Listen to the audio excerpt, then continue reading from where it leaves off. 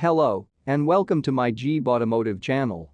If you want to retain all of your data, when you go to change your car battery, your vehicle absolutely must remain powered on. If you don't, you'll have to reprogram all of your car's electronics. Here in this new video all the steps to follow to change your car battery without causing deprogramming of the entire system.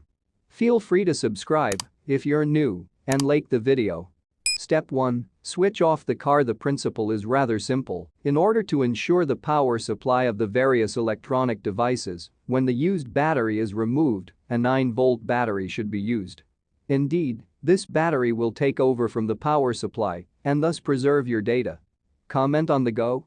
First of all, be sure to turn off the car by removing the ignition key and all electronic devices, otherwise the 9-volt battery may drain very quickly. Step 2. Connect the 9-volt battery. Before disconnecting the old battery, you must connect the 9-volt battery to the battery terminals.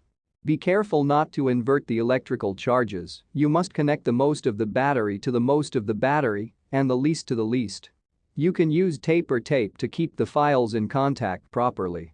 Find the best garage to change your car battery. Step 3. Disconnect the old battery. With the 9-volt battery in place, you can now remove the used battery, making sure the files do not touch each other. The battery has a lifespan of about 45 minutes, after which it may be flat. Step 4. Reconnect the new battery. You can now reconnect your new battery while retaining the files from the 9-volt battery. Step 5. Disconnect the 9-volt battery. Once the new battery is in place and plugged in, you can finally remove the 9-volt battery from the battery terminals. And there you have it, you've just changed your car battery without losing your data or deprogramming your electrical devices.